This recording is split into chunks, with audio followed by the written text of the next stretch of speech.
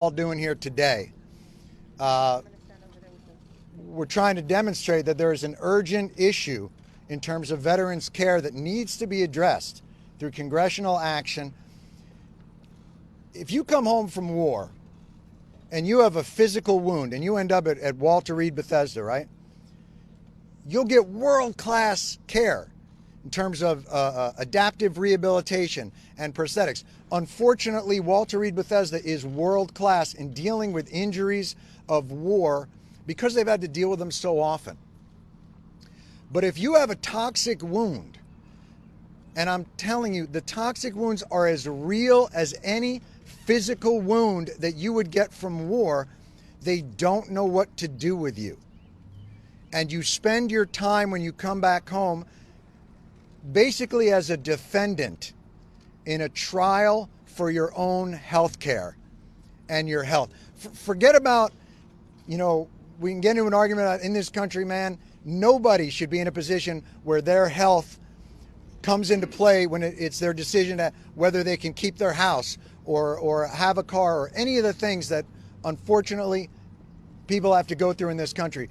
But damn, for those that have fought and defended and served this country, for them to come home and have to fight against the very government that they volunteered to defend is immoral.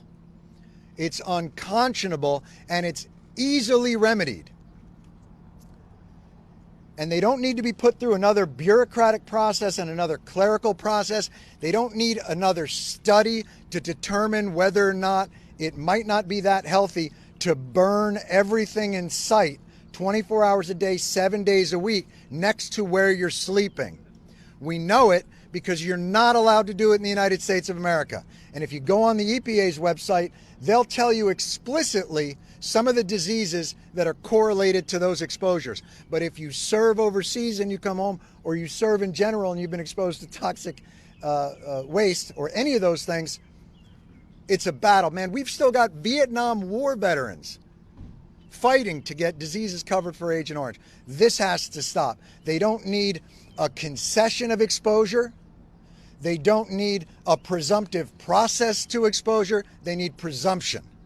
Presumption of exposure to toxicity, and they need the health care and benefits associated with that.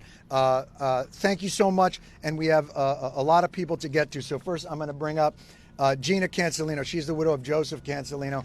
We spoke earlier. Just an incredibly brave and strong woman that I'm honored to speak beside. Gina, thank you so much for being here. Thank you. Thank you for everything you've done, No, Jon. please. Hi, little one. Come over here so they can see you. Go right in front of me. To sum up Joseph's life in 2 minutes would be an extremely difficult thing to do. Joseph served as a gunnery sergeant in the United States Marine Corps proudly for 20 years. To the Marines, he was Gunny Sergeant Cancelino. To the NYPD, he was Sergeant Cancelino. To us, he was Brother Cancelino, Brother Joe, Son Joe, Uncle Joe, Cousin Joe, and the most important title he ever wore, that he was the proudest to wear, was Dad. Dad to, at the time of his passing, a 5-year-old little girl and a 12-year-old little girl. We knew nothing about his exposure to toxicity and burn pits in Iraq until shortly before he passed away, when I stumbled upon the wonderful organization Burn Pits 360. And I'm thankful every day that I found them, because I was able to, right before he died, ask him if he was near burn pits, and in fact he was. Nobody in his unit knows anything about it. They don't know what they were exposed to.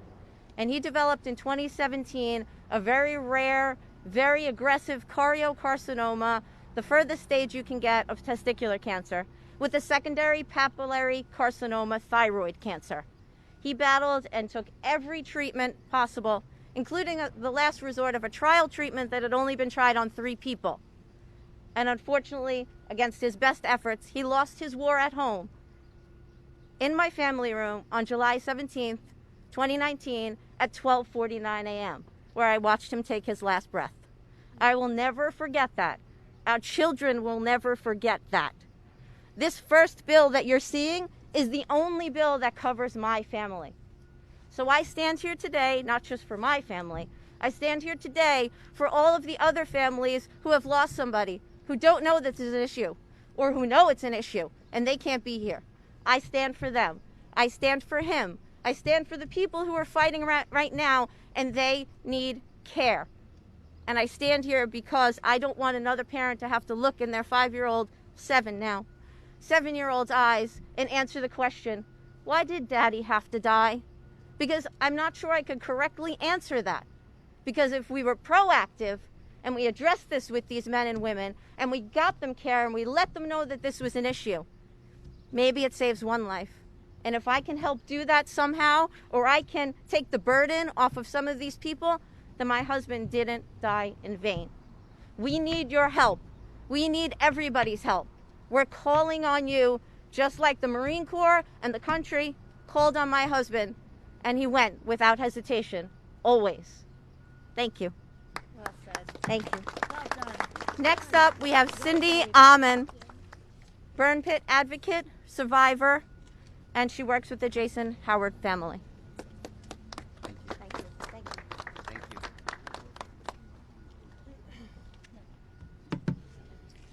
Good afternoon. My name is Cynthia Almond. I'm a veteran, and my family and I have been deeply impacted by exposure to toxic exposure and burn pits during my deployment to the Middle East as a military police officer in 2003. In 2012, I suddenly became very ill and was forced to give up my career as a civilian police officer. I knew that my respiratory issues were related to my deployment, but the VA treated me as if I was crazy. I suddenly had to become my own advocate and push back on every denial they threw at me. I finally forced them to send me to Dr. Anthony Zema, a deployment-related respiratory specialist who specializes in lung issues. After having my lung biopsy under Dr. Zema's care, I found out, like many veterans, that I have a rare and progressive lung disease called constrictive bronchiolitis. I also have metals to include iron, aluminum, titanium, and lead, and dust particles embedded in my lung cells. After becoming my own researcher, my own attorney, my own subject matter expert, and fighting the VA for several years, I was able to become service-connected for my lung disease. This is unacceptable, and it sparked a fire in me to help as many other veterans as I possibly could, because many are sick and dying, and they don't have the strength nor the voice left to carry on their mission. One of those veterans, Jason Howard of Delaware, will never see his kids grow up or be by his wife Jen's side as she continues to raise their family. Jason is a 44-year-old veteran who is dying from glioblastoma, a rare brain cancer, that his civilian doctors have adamantly maintained he got from toxic exposure during his deployments as a combat Marine. Along with Wounded Warrior and my work at Senator Coons at Veterans Advocate, I have been fighting as hard as I can to get him service-connected so his family will be taken care of, and although they will feel the immense loss of this amazing husband and father, they will at least have access to financial support and benefits through the VA that they deserve. The fact that it has been this hard to get this dying man who served our country service-connected again is unacceptable. Literally on the train this morning, I found out we were able to get Jason 100% service-connected as of today for his glioblastoma. I am so thankful that he will have that peace of mind. I cannot thank Senator Gillibrand, Senator Rubio, Congressman Ruiz, and Congressman Fitzpatrick enough for introducing this bill that we have been walking the Congress and Capitol for years trying to get for the presumptive conditions. And this tremendous support from Jon Stewart and John Field is beyond my words of gratitude. I must also thank all of the fighters and the mentors I have met along the way, including an organization that I've been volunteering with for almost 9 years, Burn Pits 360. They have supported me every step of the way, and I consider them family. Which leads me to the introduction of our next speaker, Leroy Torres, the founder of Burn Pits 360.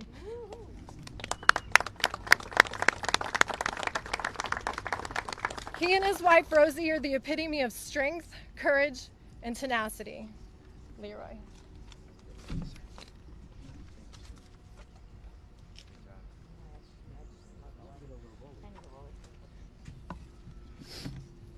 Good afternoon, everyone, and just remember today we honor Officer Evans, who's lying in state at our U.S. Capitol. fellow brother, first responder. This year marks 11 years since my wife and I began the journey in the hallways of Congress following my hospitalization at the VA War-Related Illness and Injury Study Center here in DC. In August of 2010, my state police employer sent me home and advised me that I could not return to work due to the fear of my unknown symptoms being contagious. I was not allowed to return to work until I had answers or a diagnosis. In 2007, I was ordered to deploy to Iraq for 1 year. Since then, I still continue to seek specialized health care, attempting to seek answers and health care from DoD and VA healthcare systems. I faced a system of misdiagnosis and denial. My respiratory issues were diagnosed as anxiety, only to be later diagnosed as the irreversible lung disease, constrictive bronchiolitis. In 2018, I was diagnosed with a toxic brain injury due to toxic exposure as well, consequently affecting my cognitive abilities. My wife and I traveled the U.S., leaving our children behind in search of medical answers and specialized health care. We realized that the only way to ensure no other family was served by delay and denial was to form an organization that would educate and empower others affected by war that followed us home. The challenges have grown, yet our will to advocate for those dealing with invisible wounds also increases. In 2016, I attempted to end my life with a shotgun to my face. After enduring much pain from chronic cluster headaches and compound loss from delay and denial, and a financial downfall from losing 2 careers, it is by God's grace that I'm standing before you today that my life was spared. Daniel Summers, a veteran who lost his battle to toxic exposure, wrote this note before taking his life. My body has become nothing but a cage, a source of pain and constant problems. The illness I have has caused me pain that not even the strongest medicines could dull, and there's no cure. There are the host of physical illnesses that have struck me down again and again. We urge members of Congress to act now and support the presumptive warfighter bill. It is your principal duty and obligation to enact such a bill that will give the affected veteran the right to a decent quality of life. A fellow veteran battling to receive specialized health care shared this with me. He goes, "Some have said this warfighter bill is likely to fail because it is too expensive to treat our veterans, and there are other bills that are cheaper on the table, but we have to ask ourselves if we should require our veterans to settle for a generic off-brand bill that will not serve them and be cost-effective." We honored our oath to serve and protect our nation and our way of life. We are asking members of Congress to also honor their oath. I am grateful and honored to have the support of Jon Stewart, John Field, 9/11 first responders, and fellow VSOs here today. We will not negotiate with ourselves. We will not settle for anything less than presumption. May God bless you. Good job. This time I'll be followed by Mark T. Jackson. I'm vaccinated. You're good. Thank you, Mark. Good Nice see talking to you, Senator. Thank you. Good to see you. My name is Mark T. Jackson. I'm an Army combat veteran. I'm a federal agent, and I'm here to represent the 15,000 veterans of K2 Air Base in southern Uzbekistan. Before I begin, I want to honor my brothers and sisters across the street in the Capitol Police. I stand in solidarity with them and mourn the terrible violence and injury they've endured these past several months. They are first responders, just as those brave men and women who rushed to Ground Zero on 9/11 are first responders. And just like my K2 brothers and sisters are first responders. Our boots were on that toxic ground weeks after the 9/11 attacks, and we're all sick, dying, or dead because of it. K2 was among the first of many toxic places the U.S. government sent us in those terrible, violent days following 9/11. A place where the ground oozed black goo and the air hung heavy plastic and ashen. Standing water changed colors throughout the day. Yellow cake uranium gathered in radioactive clumps like poison ore. The burn pit sent black smoke and soot like malevolent snow that clung to our skin and our clothes and our tents and our lungs. And it is killing us now, sure as any bullet. A bullet that steals our last breath and shadows our bodies from the inside out. I'm from Melbourne, Florida, but I grew up here in the DC region, in the shadow of these edifices and monuments that stand as granite and marble representations of our national ideals. I always thought of them as impenetrable, permanent, universal, but I've come to understand this is a fragile house of cards whose many levels could crumble should any one fail, and we're failing. So these fragile fictions now serve as an empty tomb for my fallen comrades. Instead of bullets, they're felled by rare disease. Rob by ALS at 36. Fung by heart disease at 36. Tim by glioblastoma at 36. Jim by glioblastoma at 54, and on, and so it goes. And I'm lucky. I'm alive to speak for those who no longer have a voice, who have died, who have given up. My thyroid's dead. My blood is anemic. I've osteoporosis so severe that I've shrunk 1.5 inches. Since last year, I was never that tall to begin with. My doctor says I have the bones of an 80-year-old woman. I'm 43 years old.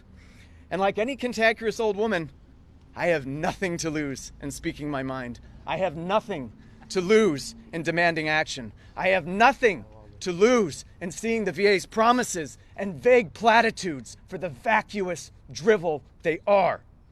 Of all the things we have, time is not one of them. It's too bad veterans aren't considered infrastructure. You can build your roads and bridges on our backs with the freedom we guaranteed with our blood. And if you wait long enough, it's free. Do not take us for fools. So, senators, congressmen, Mr. Stewart, let's go full on Thelma and Louise. All gas, no brakes, over the cliff, together. Thank you, Mr. Field. Well said, Mark.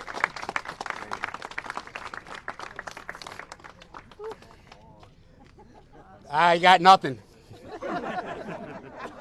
I'm actually, I left my mask, I'm sorry. Okay, thank you. Actually, Stewart lied to me. He promised me to be peach cobbler in the Dirksen cafeteria. That didn't happen. So let's get this one thing clear now, get it out of the way. We're going to get a piece of legislation passed this year. That's a guarantee. Write it down. It's a guarantee. Let's have the conversation now because the VA is watching this. Start thinking about how you're going to implement a system for the influx of men and women who are going to come your way. That's the conversation we should be having. You heard the pain and suffering. You heard the personal stories. See, I lived that for the last 20 years with 9/11 responders and the survivors. Our stories parallel each other. John and I, over the last couple of days, are asking, well, why are you guys doing this? Because the stories are so eerie similar. The same cancers, the same respiratory illnesses, and the same thing, the same common denominator, jet fuel. Jet fuel, jet fuel. Jet fuel planes hit towers, come down, everything burns. Jet fuel start fire, burn pits, everything burns. And the men and women at ground zero and at the burn pits, they're the casualties of all of this. So, we're going to get a bill passed. But we're not just trying to get a bill passed. We're going to change the culture of how the VA, who acts as an insurance policy and denies 80% of its claims, we're going to change that to when you open the door, there's somebody waiting there with open arms for you. This is going to happen. Mark my words. To be able to do this one more time with Senator Gillibrand and Jon is an honor. But both of them know that I'm married to the issue because of Rosie Torres and Leroy, and to hear all of these stories, and to talk to the in-country caucus the other day, to have their support, and to have the support of Senator Rubio and Fitzpatrick, who was right there with us on the 9/11 bill. You have an all-star cast here that is going to fight. And again, it's not going to take as long as the 9/11 stuff. It's going to happen this year. Guaranteed. Okay? So you guys have a great day. And who's following me? Me. So, this woman is a stalker. But she's a good stalker. And she cares. And I've seen her work behind closed doors, in public, and in her personal life. I've got to share 2 State of the Unions with her, and I'm humbled that she calls me her friend, Senator Gillibrand. Thank you. This is a humbling moment for all of us, as we have another fallen Capitol policeman lying in state. We have a country torn apart, and we have promises that have not been kept. I want to thank everyone that's here. I want to thank John Field. I want to thank Jon Stewart. I want to thank all the Congress members who stand with me today. Rosie and Burn Pits 360, VFW, veterans of Iraq and Afghanistan, the entire community that is standing here with us today. But the stories that we just heard from Gina and Cindy and Leroy and Mark are proof that the system has to change now, and it needs to change for good. Our veterans and their families do not have time to spare. No one who went to war physically fit, running marathons, young, healthy, who were exposed to toxic chemicals and burning plastics and electronics on a base or a K2, is now suffering with thyroid problems, cancers, and being denied coverage by the VA that is supposed to care for them. No one should have to spend years fighting for their lives, jumping through hoops, hiring doctors, hiring lawyers, paying for experts. It's not their job. They did their job. They served our country. And no one who is grieving for their spouse, for their husband, their wife, their father, their son, their daughter, their sister, should not be forced to do all the work to make sure that their lives were not lost in vain, that they have the support that they were due. But that is exactly what is happening today. Our veterans coming home from war only have to start a new battle with the VA for the care and benefits they've earned. And 8 out of 10 times, they are denied that coverage. It's not just a healthcare crisis. This is a moral outrage. Everyone in this country should be outraged, as if it happened to your father or your mother or sister or brother. It should be a shared outrage, because the truth is, this isn't just a failure of responsibility, it's a dereliction of our duty. We tell these men and women who go to war for us, who stand tall for our values, who sacrifice everything for this country, that when you come home, we have your back. Well, we don't. We don't have their back. We make them beg for the health care that is owed, that is due, that is needed to survive. And for those who say it is too expensive, you gotta be kidding me. This is the cost of war. This is what it costs. It costs the lives of men and women who sacrifice everything. And when you are so ill-advised to put burn pits at bases and burn everything you can imagine with jet fuel, what do you expect? Burn pits are illegal in the United States for a reason. So the absolute clear dereliction of duty towards these men and women is on us. We are the ones who are failing them. When Jon Stewart and Jon Field came to me after we finally passed the 9/11 health bill and started talking about the next battle we had to wage, I was all in. I had fought this battle already for the Blue Water Navy vets, because I've been sitting on the Armed Services Committee now for 10 years, and I can tell you, we turn our back on our servicemen, men and women, day after day, because it costs too much money. When the VA denied coverage for Agent Orange survivors from Vietnam, they did it because it was about money. When they carved out the Blue Water Navy vets and said, we are not going to cover them, it was because of money.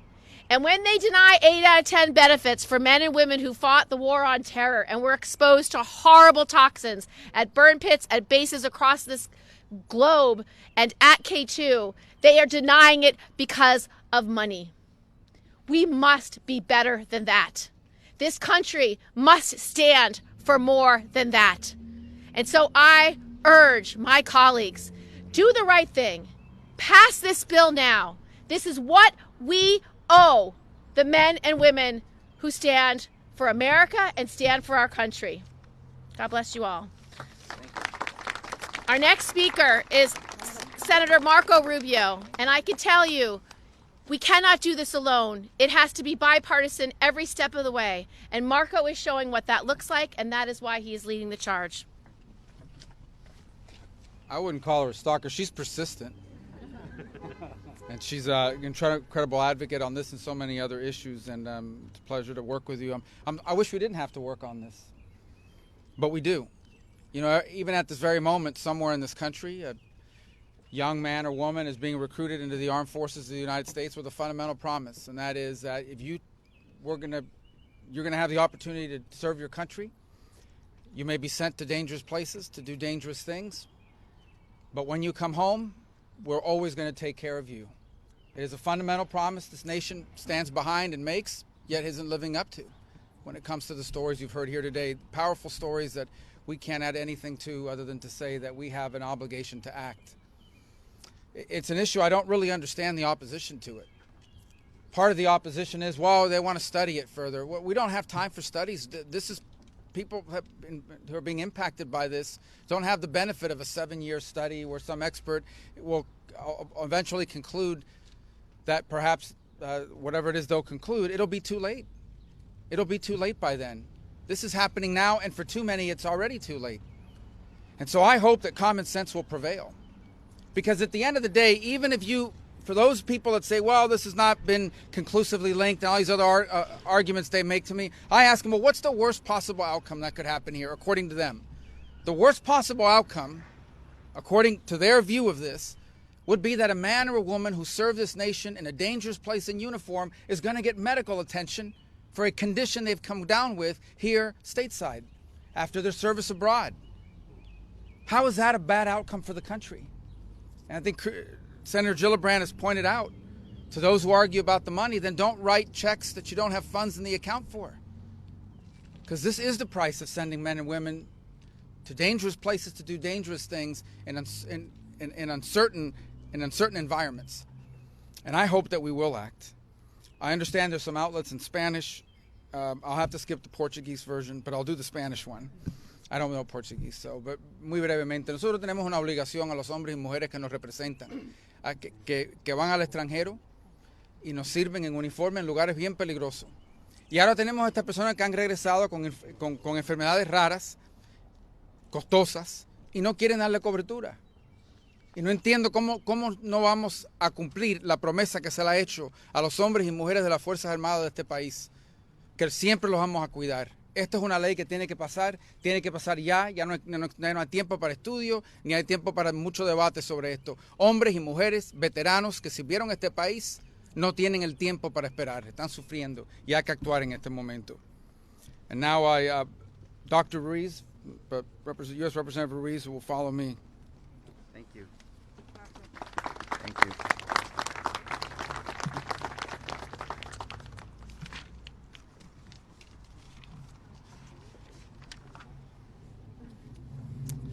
Good afternoon. I'm Congressman Dr. Raul Ruiz, and I represent California's 36th Congressional District. I'm also an emergency medicine physician, a public health expert, and the founder and co-chair of the Congressional Burn Pits Caucus. First, I want to thank Gina, Cindy, Leroy, Mark, and all the veterans and their families who are with us today, and thank you for serving our nation, and thank you for your strength in telling your stories. As we honor your stories, we also honor the stories of all those Capitol Police that have lost their lives laying in state in our Capitol Rotunda today. We are here for you today, and for the estimated 3.5 million veterans exposed to toxic military burn pits. I'd also like to thank Jon Stewart, John Field, Leroy Torres, Burn Pits 360, the Wounded Warrior Project, IAVA, Representative Fitzpatrick, and Senators Gillibrand and Rubio for your participation in this fight. Thank you also to the veterans of foreign wars for your support and for hosting us here today.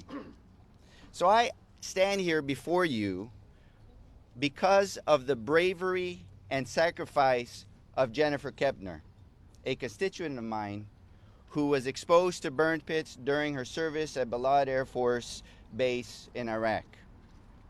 Jennifer was a 39-year-old mother of 2 young children who served our nation as an Air Force medic.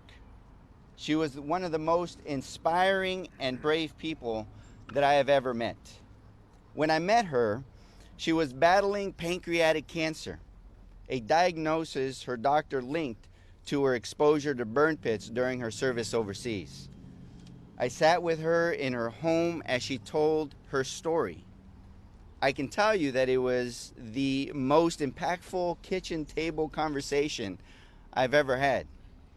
She spent her last months as a leading voice for her fellow veterans exposed to burn pits, which she called the Agent Orange of our generation. And I was at her bedside with her family when she died on October 18, 2017, in her home. And through it all, Jennifer had 2 dying requests. 1, to make sure her family was taken care of. And 2, to protect other veterans and their families from the pain and suffering she experienced, not only from burn pits, but also from her difficulties getting care and navigating the VA. Stories like Jennifer's, Cindy's, Gina's, Leroy's, and countless other veterans have been my inspiration for legislation, such as the Jennifer Kepner Hope Act or the Veterans Right to Breathe Act. They are the reason why I created the bipartisan bicameral Congressional Burn Pits Caucus in 2018, and why I co-authored the Presumptive Benefits for War Fighters Exposed to Burn Pits and Other Toxins Act, and why we must pass this legislation now. Service members are returning home from the battlefield only to become delayed casualties of war, dying years later from lung diseases, cancers, and autoimmune diseases caused by their exposure to burn pits.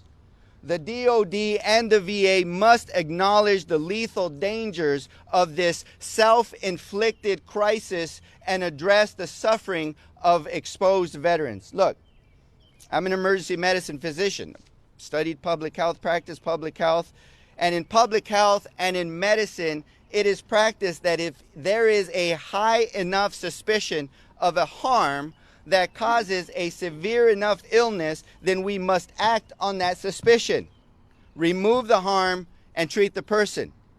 Our veterans cannot afford to wait decades for the perfect 20-year longitudinal double cohort study like they were forced to with Agent Orange.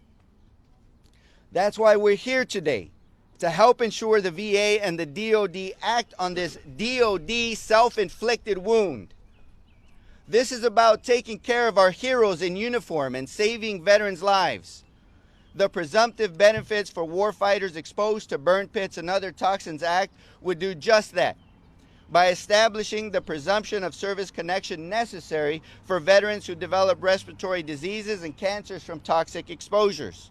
And the bill would direct the Secretary of the VA to work with the National Academies to study a link between toxic exposures and additional diseases. We are closer than ever to realizing Jennifer's vision of getting veterans the health care they've earned, they've deserved, and they need. We have the momentum on our side to get this bill signed into law and to take care of our heroes.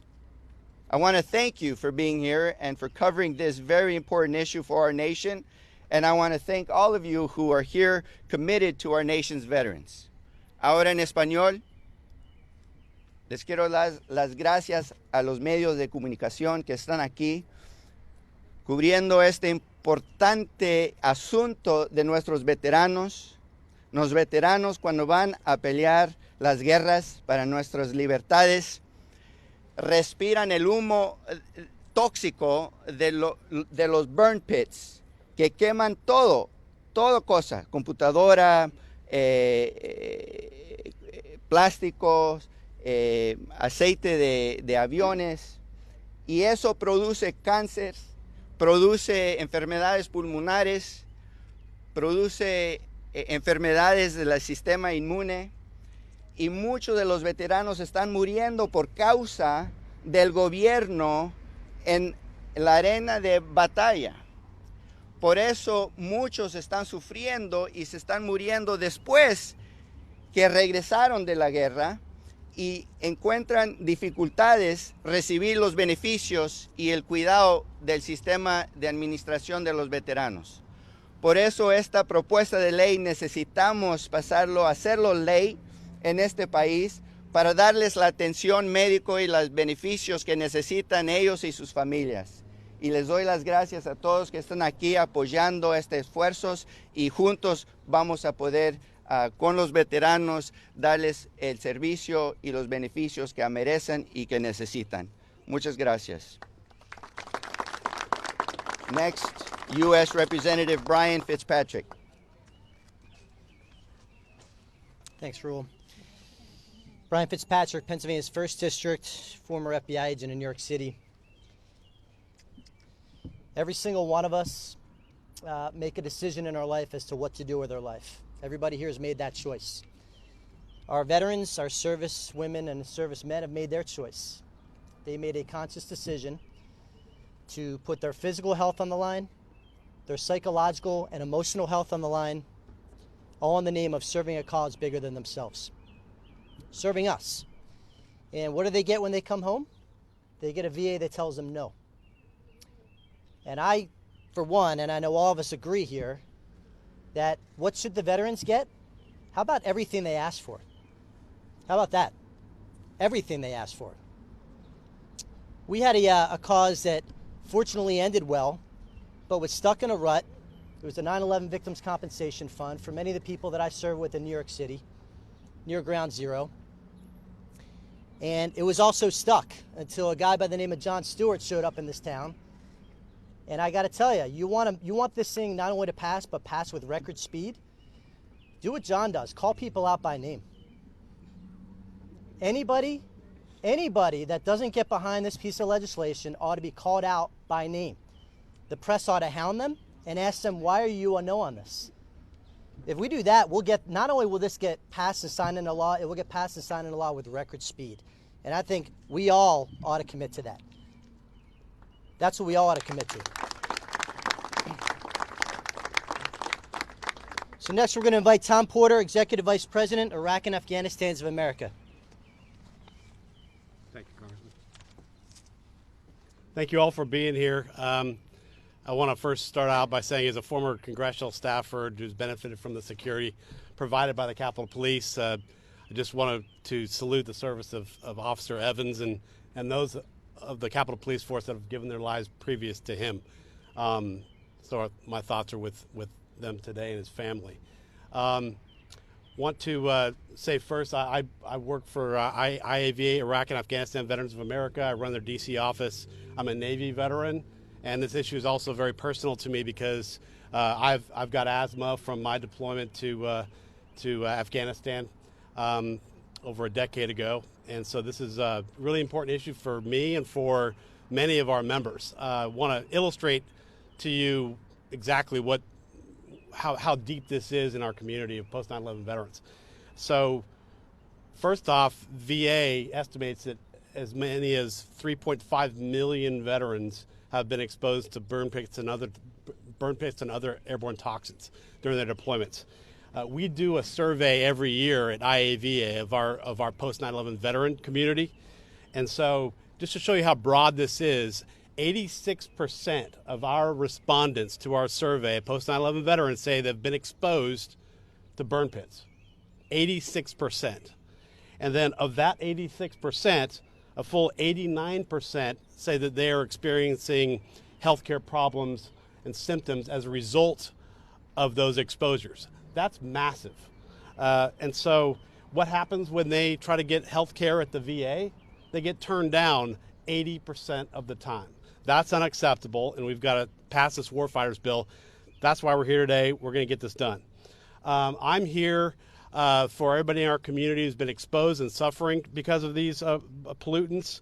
I'm here for the airman that was exposed to a 10-acre burn pit at Balad, for the sailor who breathed in airborne feces in Kabul, for the Marine who lived and worked next to the lake of raw sewage in Kandahar called the Poo Pond, and a particular soldier and member of IAVA's. Her name's Christina. She joined us here a couple of years ago for another similar event. And it always strikes me is because her job in the Army was as a food service prep, a non-commissioned officer. But in Iraq, her job was to daily pull out the bins of human waste from the porta-johns, douse them with jet fuel, and burn it down to a brick so that she could go bury that. And she's suffering horrific healthcare problems as a result of that.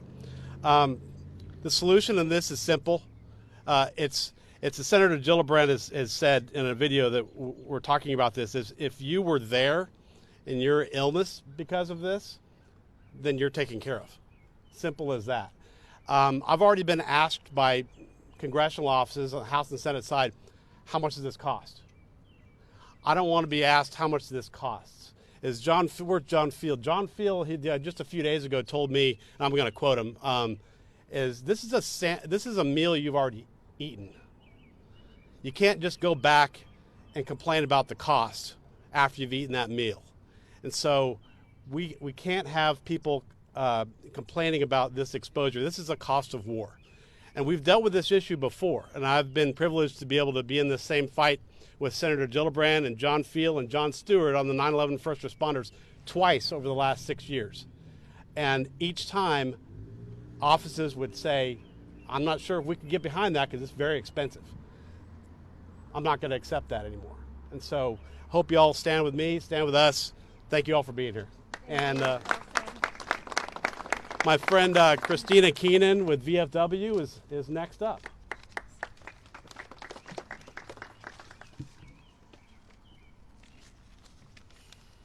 Good afternoon.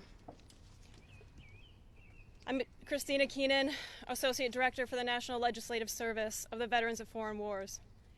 We are so proud to host this press conference in front of the VFW building today, only steps from our nation's capital, and to have the opportunity to discuss one of our legislative priorities.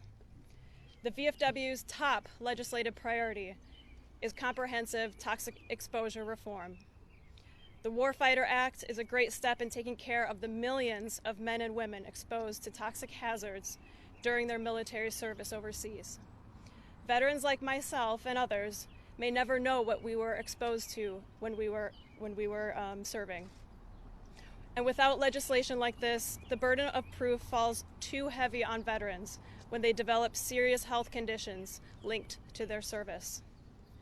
We must take care of those who are suffering due to toxic exposures linked to burn pits and other toxins, and provide protections for those who may become ill in the future. Let's not let burn pits become the next Agent Orange. Let's learn from the mistakes of the past and take care of our veterans now. The VFW thanks Senators Gillibrand and Rubio, Congressman Ruiz and Fitzpatrick, Jon Stewart, and the veterans and veterans groups present today, who have brought so much attention to this critical issue. We look forward to the day that toxic exposure legislation is signed into law. Thank you. And I want to introduce Dan Brewer, Lieutenant Colonel, retired U.S. Army, former environmental officer.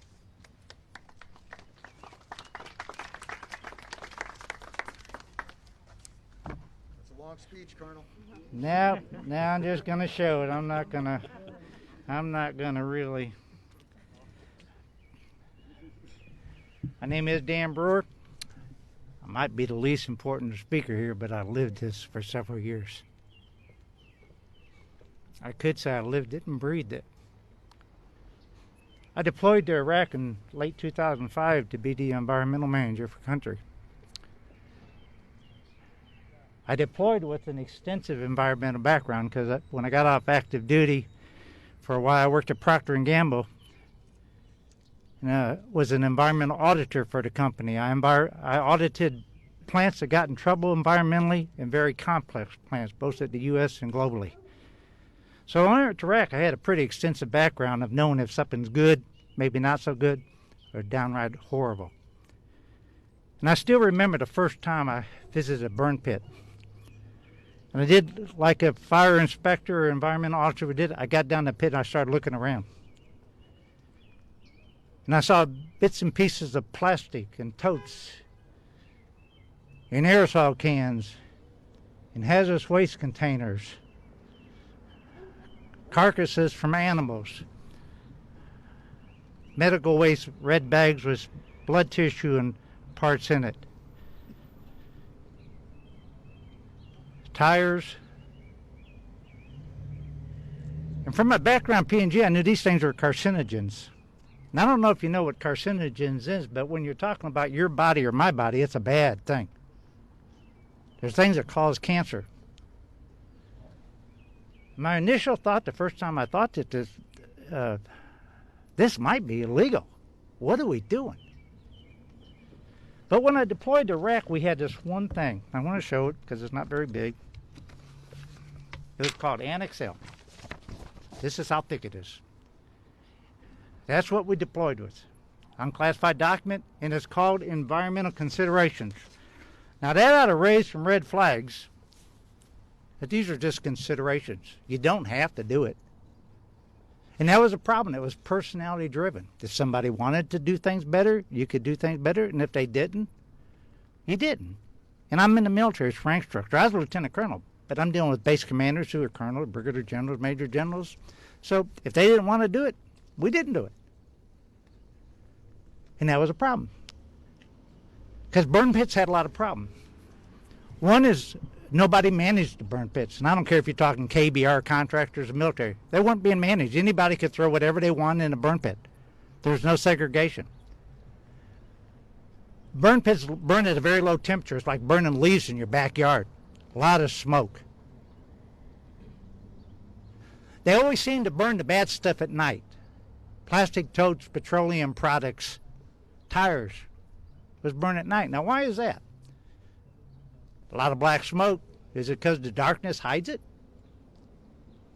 But the problem was most troops, even in Iraq and Afghanistan, slept at night. So people breathed these toxic fumes and this smoke all night long and didn't even know that they're slowly being poisoned.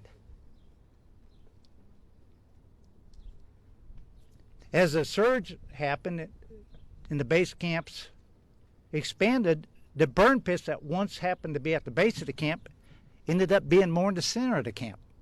So somebody every night breathed fumes all night long depending on the prevailing wind. Everybody did. It was a very, very bad practice. I tried to push incinerators. I tried to push in segregating waste. And we made some progress depending on the base commander. If they wanted to do something, we did something. If they didn't want to do something, we couldn't do something. But over time, I started writing a regulation because there was no regulatory guidance. I wrote this thing over 2 years. I finished it in 2007. I didn't get it published till 2009 because people didn't want to publish it. There's this thought if we don't know what to do, we can't be held accountable. Maybe that's true. I don't know. General Petraeus finally signed it in September 2009. What did it prove? I don't know. It's kind of like speeding if nobody is enforcing the law. But it was a step. In the end, I don't know if I made any positive progress to the war. I tried. But I hope the people that were before me and during my time and the people after, that at the very least, we can stop this horrible practice of burn pits from occurring in the next conflict. At the very least, do that. Stop it. And I have to tell you, I'm a subject to some of these issues that you are. a year and a half ago when I did a CT scan for issues related to my back because I survived a roadside bomb in 2007. They found a nodule in my right lung. Last year they found the second nodule in my lung. So I too am going through this process of what's going to happen medically to me, what options I have to deal with this. I don't know. But thank you for giving me a few minutes to tell my story. I'm going to be followed by Dr. Robert Miller, who's a whole lot smarter than me, and he's professor of medicine at Vanderbilt University Medical Center. Thank you. Okay. Well, I want to thank everybody for being here today and for supporting this effort that I've been involved with since 2004. This is how it started for me. I received a call from Fort Campbell, and it said, "We've been deployed for a year, and people that are coming back are short of breath, and we don't understand why." They had had all the usual studies, and nobody could explain why they were short of breath. They were very much like Leroy Torres, and they had been evaluated at Fort Campbell and elsewhere, and they didn't have an explanation, and a lot of people dismissed their complaints. And they sent soldier after soldier after soldier, and their stories were too believable. And the stories usually boiled down to this: they were elite athletes, they were high school athletes, they were top of their game when it came to running 2 miles and being physically fit. And when they came back, they couldn't run 2 miles. They didn't meet Army physical fitness standards, and they were facing discharge.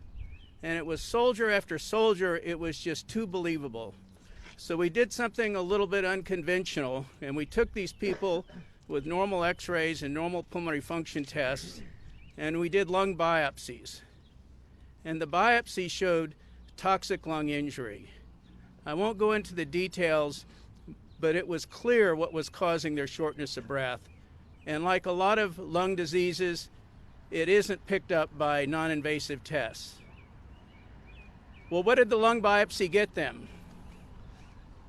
It didn't get them any treatment because these diseases are not treatable. These people that are short of breath stay short of breath. It didn't get them benefits most of the time because the benefits that they need weren't covered by the VA standards that had not been updated prior to Gulf Wars. It did give them a bit of a peace of mind that they knew that they were ill, and now the biopsies proved that they were ill. It's been a very, very tough road for this. We have now, at our institution, done this 100 times. And around the country, it's been done several hundred times. We were asked to participate in a new disability benefit standard from the VA. And when we had this meeting, when it came to this injury, they said, "We can't go there, there's a problem." These people are devastated because they are limited and they've been tossed around on a regular basis. So I ask you to consider this legislation, which will be exactly what they need to address their concerns and their anxieties about these disorders. I want to thank Jon Stewart and John Field for taking this forward. I've been involved for many years, but I was afraid it was going to be a lot like Agent Orange. And I think with their help and the congressional leadership that we have here today, that this is going to be a much shorter course. Thank you very much.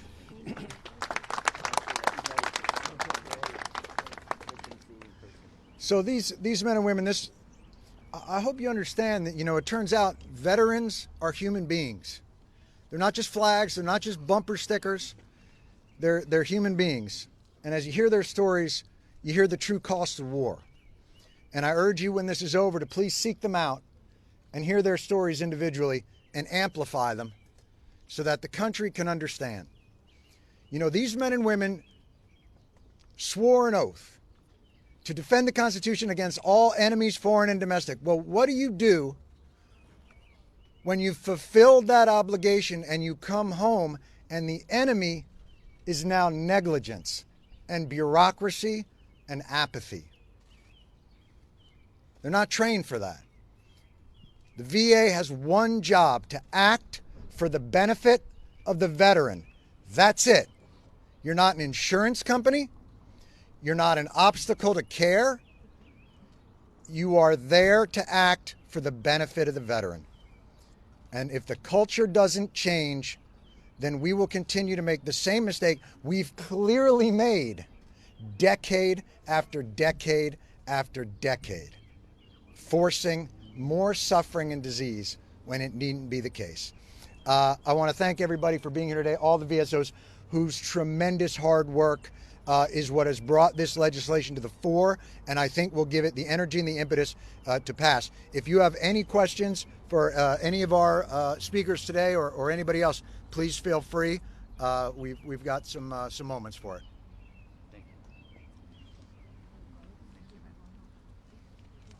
Go ahead. I'll start. It seems like we've been here before. A lot of the things you're talking about today, you talked to us across the street about with the firefighters in New York, the first responders. Are there things that informed you about that fight that you think helps you now? Well, I think John Field went a long way towards developing a really solid legislative blueprint, which I lovingly refer to as working the body. It's just meeting after meeting after meeting, and Rosie and Leroy Torres of Burn Pits 360 embody that tenacity and resilience more than anybody. They inspire John and I to go out there. We've had the good fortune of being able to meet with the For Country Caucus, Senator Tester this morning. We believe there can be momentum for this, but at some point the bill comes due, and that's going to be the sticking point always. And we will call out whoever it is in the Senate and the House of Representatives who had the temerity and ability to have all the money in the world to send these individuals overseas and are now deciding to balance the budget on the back of sick veterans. Not going to happen. And one other lesson learned was the excuses against the 9/11 health bill were two things: cost and causation. And we've spent the last nearly 20 years building the epidemiology and showing how when buildings crushed steel and glass and electronics and clothes and debris and every type of waste is crushed with the accelerant of jet fuel, these are the cancers that are caused. So it's very similar. And so just as described by Dan Brewer, who saw what was being burned, that was the same stuff that was burned on 9/11. So I believe there will be less hemming and hawing, less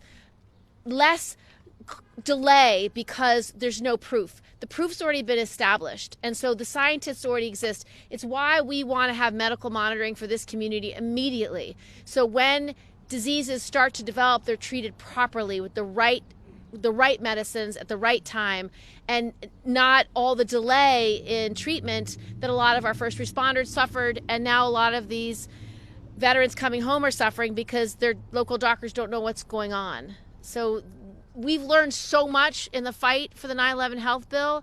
It will all accrue to the benefit of these veterans because the fights are so paralleled.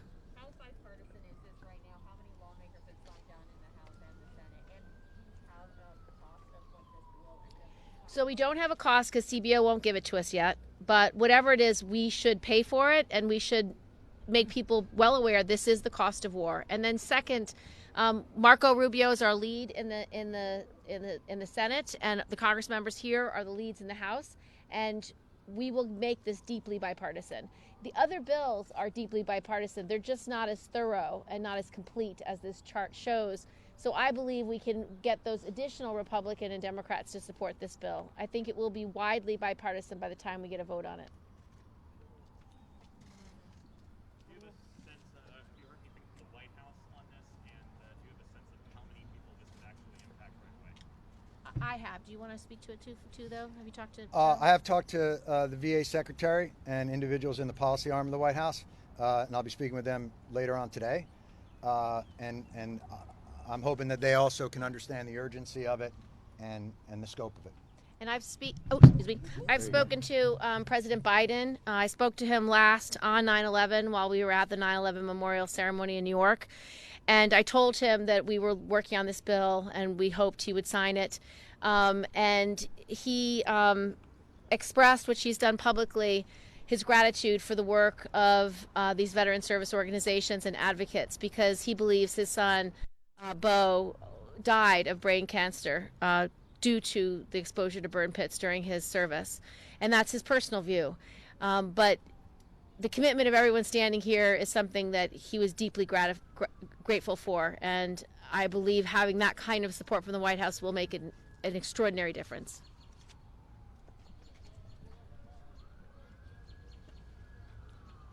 Anybody? We're good? Guys, thank you so much for coming out. I want to thank the congressmen, the senators, all the VSOs. Please, if you're going to do some work, please interview the people behind me and all those that are suffering from this and continue to suffer from it. Thank you. Go to Warfighter 2021. And go to warfighters2021.com. Warfighter2021.com. It's right on there, and you'll get a free Feel Good Foundation t-shirt, of which I have 150 of. All right. Like I won't hit you in front of everybody. So several people wanted a quick interview. Thank you. Thank you. How much time you got?